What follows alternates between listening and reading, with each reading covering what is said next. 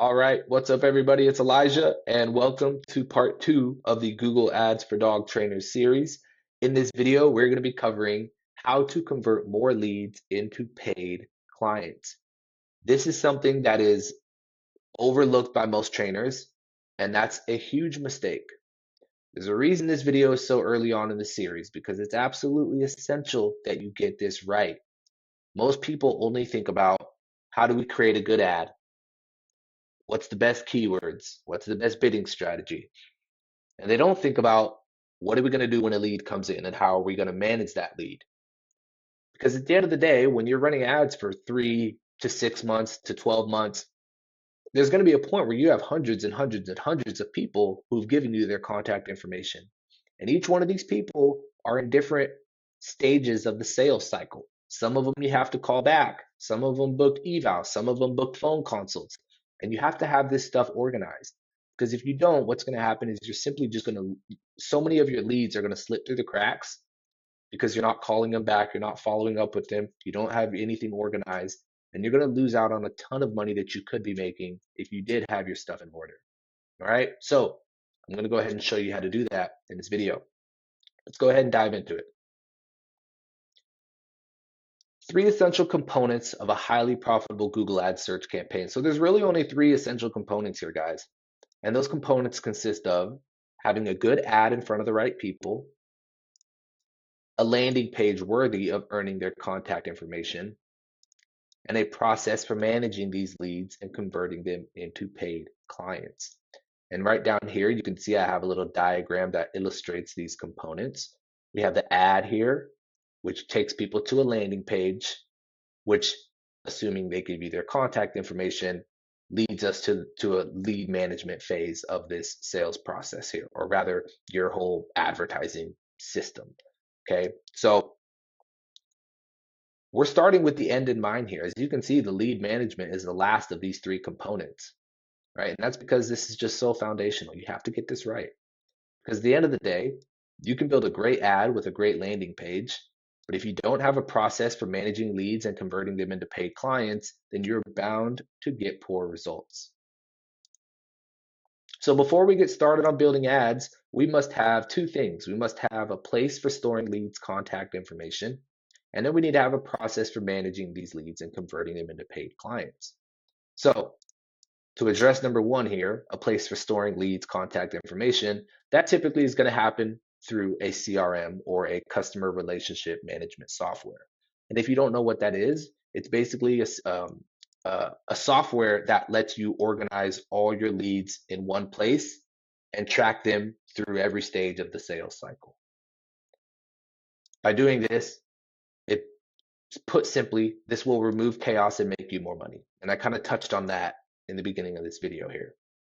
Because again, if you have chaos with your lead, meaning you don't have organization, you're going to lose out on a ton of money.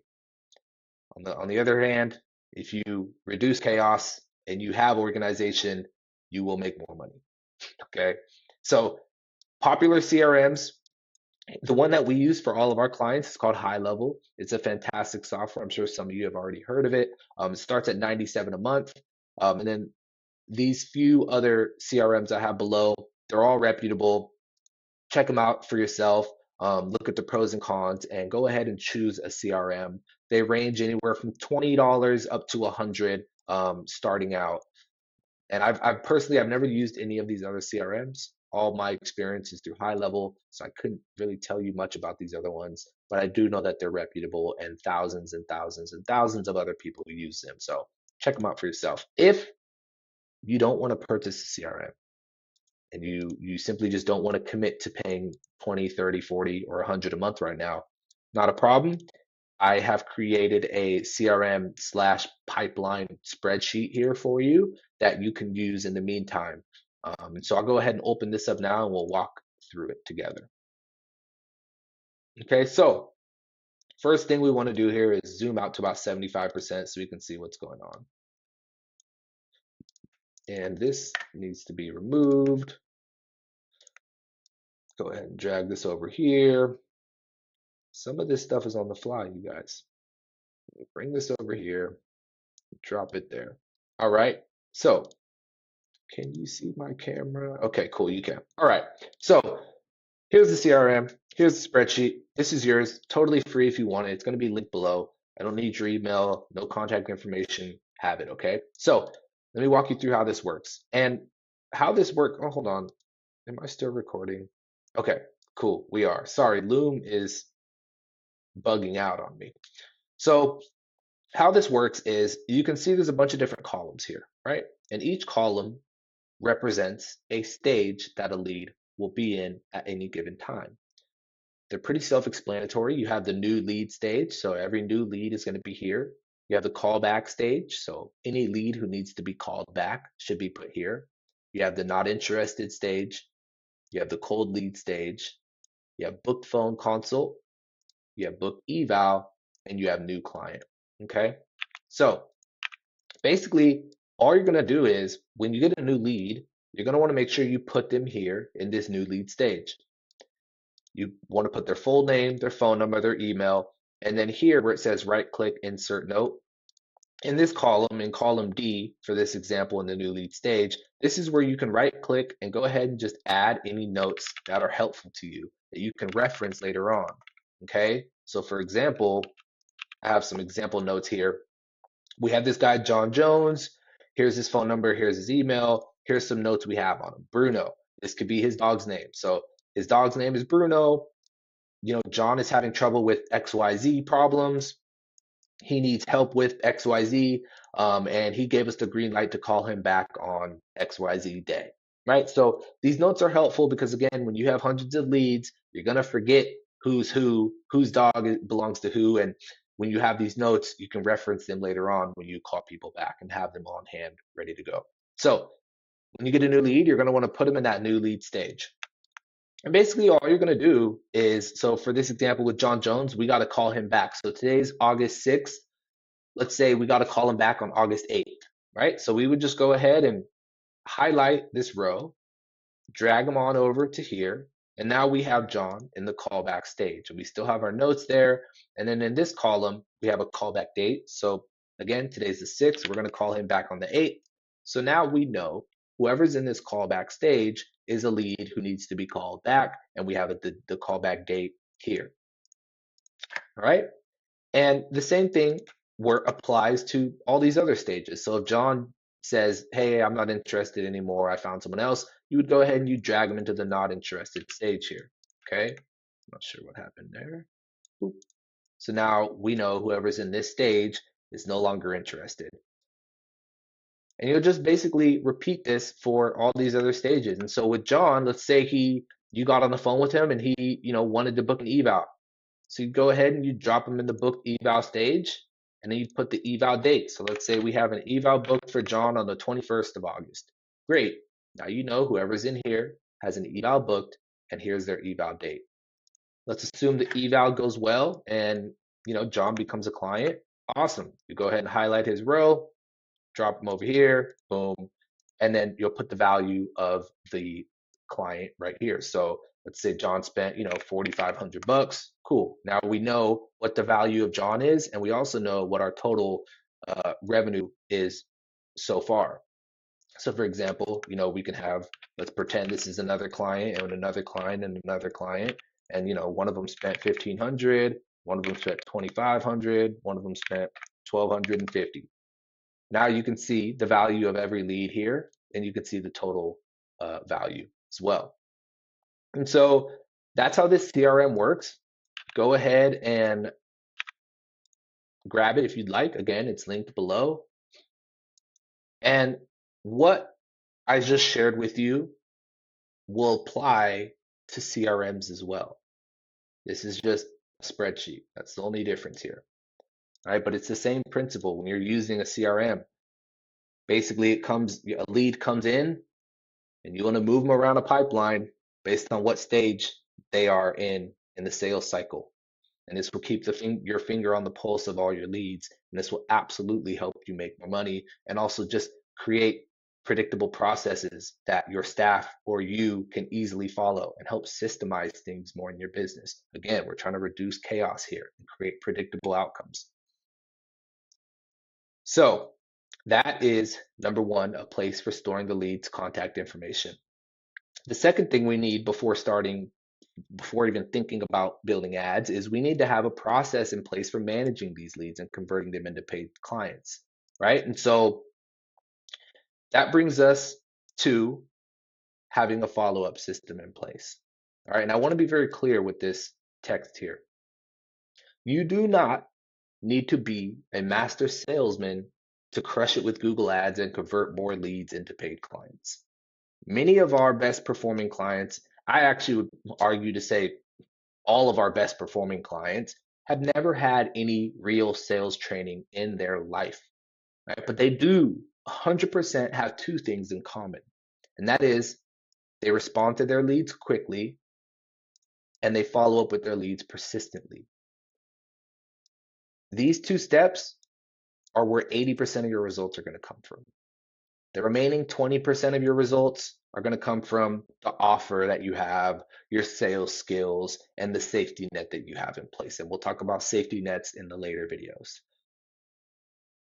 Because at the end of the day, you can have an amazing offer, you can be a master salesman with a beautiful safety net in place.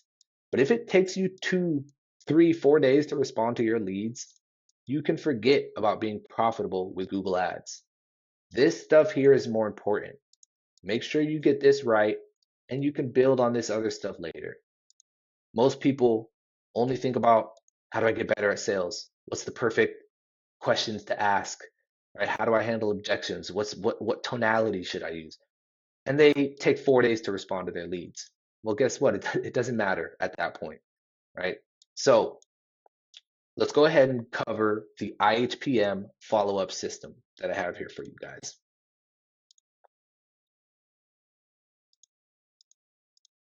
So basically, what we have here is a diagram that will help you to systemize your process for managing leads that come into your business. And if you just follow this, you will automatically get way better results than the guy with amazing sales skills that takes 3 days to call his leads back.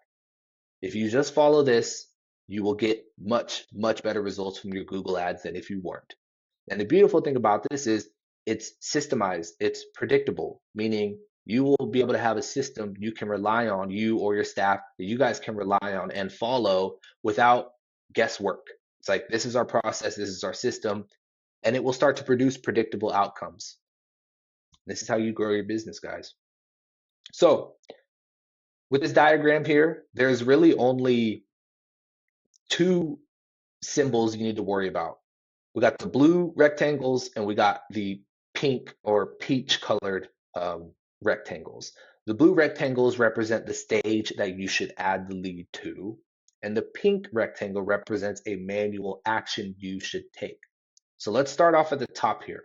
This is our initial input, which is Google Ads, and we're running Google Ads, and we get a lead. A lead comes in. What happens with that lead? Right? What is the outcome? Okay, so we have 5 different outcomes here, and each outcome is represented by a line. All right, so let's start off with the requested callback outcome. So we're running Google Ads, we get you a lead. The outcome is they requested a callback. You would move them to the callback stage, and then you would want to, a manual action, you would want to create a reminder to call that lead back. And this little blue dotted line, you'll see a couple of those here on the diagram. All these little blue dotted lines tie right back to outcome. So you got a new lead, they requested a call back, you created a reminder to call them back, you did call them back. Okay, great. What was the outcome of the callback?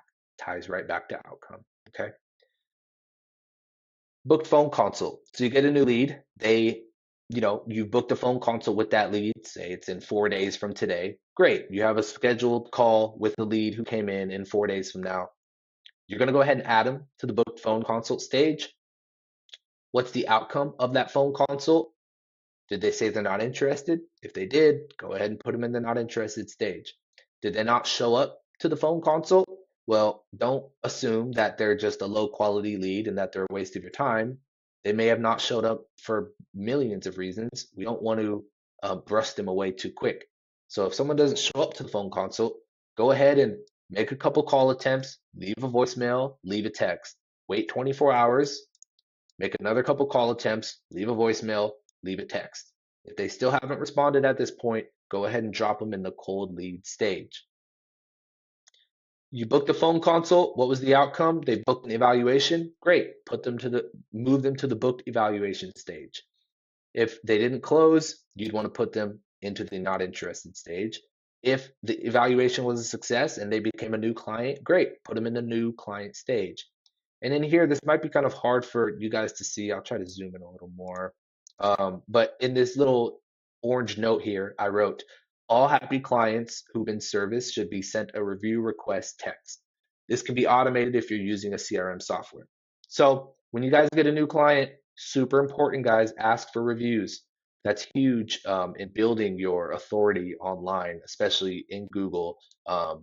Using reviews will absolutely help you with your organic ranking, arguably more than what most people think about when they consider SEO. So next outcome is going to be the maybe outcome. All right. And a lot of you guys are going to have a maybe outcome. This is typically, you have someone who's interested, but they got to talk to their wife first, or maybe they're not getting their puppy for a couple weeks. And so they want you to call them back then. But maybe is basically just someone who hasn't said yes, they haven't said no, and they've expressed some interest, but they just haven't committed yet. So it's a maybe. For people like this, do not make the mistake of waiting for them to call you back. Don't say, all right, John, well, just call me back when you're ready. It's a massive mistake. All right. You got to get in front of it. All right. So when someone gives you a maybe answer, go ahead and put them in the callback stage. And based on how the conversation went, call them back. For example, if someone sounds very excited and they just got to talk to their wife who's going to be home in the next hour and they'll get right back to you. For that person, it's like, make sure you call them back same day or at least within 24 hours. But for someone who goes, oh yeah, well, we know we want to do training with you, but we're not getting our puppy for another 2 weeks. And so we're going to call you back then. Well, for that person, put them in the callback stage and put a reminder to call them back in 2 weeks. Don't wait for them to call you back. Get in front of it and follow up with them. So that's how the maybe outcome flow should work. Next, we have no, which is very simple. If you get a new lead and you talk with that lead and they're just like, nope, I do not want training anymore. I do not need training anymore. I found someone else, something like that, put them in the not interested stage. All right. And last but not least, we have the no response stage. So sometimes you guys are going to get a lead that comes in and that lead might not be responsive. Maybe you tried to call them a couple times, maybe you tried to leave a text and they just simply haven't responded. What most people will do is when a new lead comes in, they'll try to call them once and they'll be like, oh, no response. Forget about it. Massive mistake. Do not do that. That's why we have this process here. So if a new lead comes in and they're unresponsive, make sure you give a minimum of 2 calls, leave a voicemail, leave a text, wait 24 hours, another 2 calls, leave a voicemail, leave a text. And if they still haven't responded at this point, go ahead and drop them in cold lead. All right. And feel free to do more volume than this. To be honest, guys, this is very light volume and you can absolutely double or triple the volume here. It depends how much you want to get after it, but typically this will do. And if they answered, the blue dotted line here ties us back to outcome. So if they're unresponsive, but after the 4th call they finally answer, great. What is the outcome of their answer? So I know I kind of raced through this diagram here. Feel free to download it and look at it yourself. And make sure, guys, you're using a process like this. If you're not going to use this diagram, that's fine, but create your own process where there is a if then action for every lead that comes in, right? So when a new lead comes in, if they do this, then we do that. If they do this, then we do that. This is how you systemize the process of following up with your leads and turning them into paid clients. Again, yes, sales skills are very important. Yes, you need to have a good offer. But at the end of the day, if you don't have this part down, responding to your leads quickly and following up persistently using a process like I just showed you here with the IHPM follow-up system, if you don't have this down, you are bound to get poor results. Prioritize this. You're going to get great results, but you can get even better results once you refine your sales skills, your offer, and your safety net later on. But prioritize this, okay, guys? All right, so the last thing I wanted to cover here was limiting beliefs around follow up. So I've talked with many trainers in regards to follow up and its importance. And the most common objection I hear is like, I don't want to be annoying. You have to get rid of this idea of I'm being annoying. It's not like, your this lead is like your ex who you're constantly trying to win back and call it. That's not what this is, guys. This is someone who recognized that they have an issue.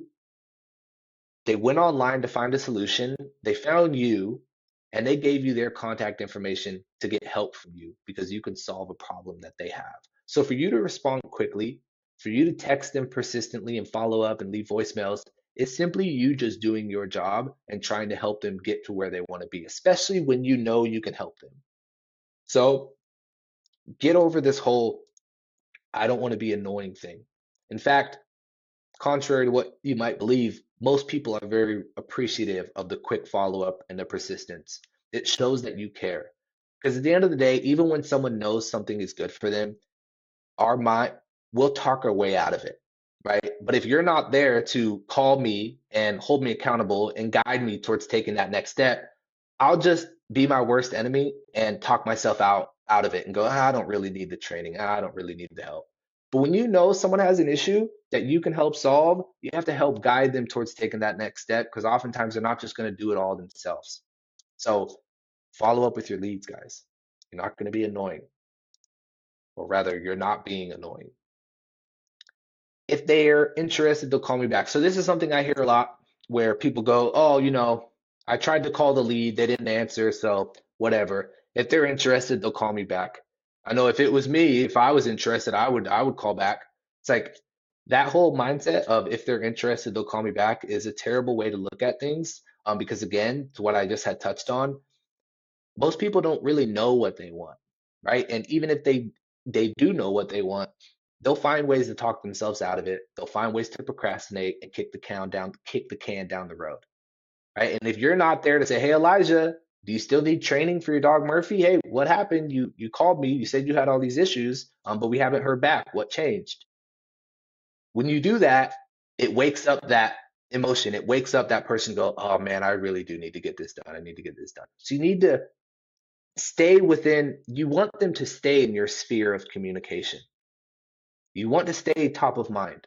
And by just doing little checkups, hey, Elijah, still need training for Murphy, can make all the difference. And you would be amazed at how many people respond after the fourth or fifth attempt. I've seen it happen over and over and over and over and over again across all of our clients. So, this whole thing of if they're interested, they'll call me back, erase that from your brain because they'll talk themselves out of it even if they know it's good for them. And they might need you to help guide them to cross that line. And then this one here, I don't have time. Elijah, I'm too busy. I don't have time to follow up with the leads. I don't have time to call these leads within 5 minutes of them opting in. I get it. I believe you do. Like you probably don't have time. And that's why this series is here. I'm going to help you guys systemize some of the processes in your business and save some time. But the truth is you have to find time. That's how important this is. You have to find time. Because again, if you're taking 2, 3 days to call back leads that come in, it's like your business is making 20% of the amount of money it could be if you were on top of follow up. So you're potentially missing out on 80% more revenue that you could be making by not prioritizing follow up and putting your time towards other things. Now, I understand other things need to get done as well. My point being, prioritize this, find time to make sure that you can respond to lead quickly and follow up with them persistently. You have to figure it out. You have to find the time, okay? It's very important. So to kind of summarize what we've covered in this video so far, I know it's been a longer one. There's 3 essential components of a highly profitable Google Ads campaign. You have your landing page, or rather, you have your ad, you have your landing page, and you have the process at which you manage these leads and convert them to paid clients. Most people only look at the ad and completely overlook landing page and definitely overlook lead management. That's a huge mistake. That's why we're starting off this series covering lead management because it's that important. Okay. We need a place for storing leads contact info. We covered that with the CRM, and we need a process for managing these leads. We covered that with the IHPM follow-up system, which again, all these will be linked below, totally free, no email required. Have them, enjoy them. And then lastly, you do not need to be a master salesman to crush it with Google Ads. All of our best performing clients have never had any real sales training. They simply follow up with their leads quickly and they follow up persistently. All right. And if you have some of these limiting beliefs, work through them. So we now have a place to take our leads and a process for converting them into paid clients. Most dog trainers overlook this step and it's a huge mistake. So with that said, I hope you got some value from this video. I will see you in part 3 of the Google Ads for Dog Trainers series. And that's it. Thank you so much.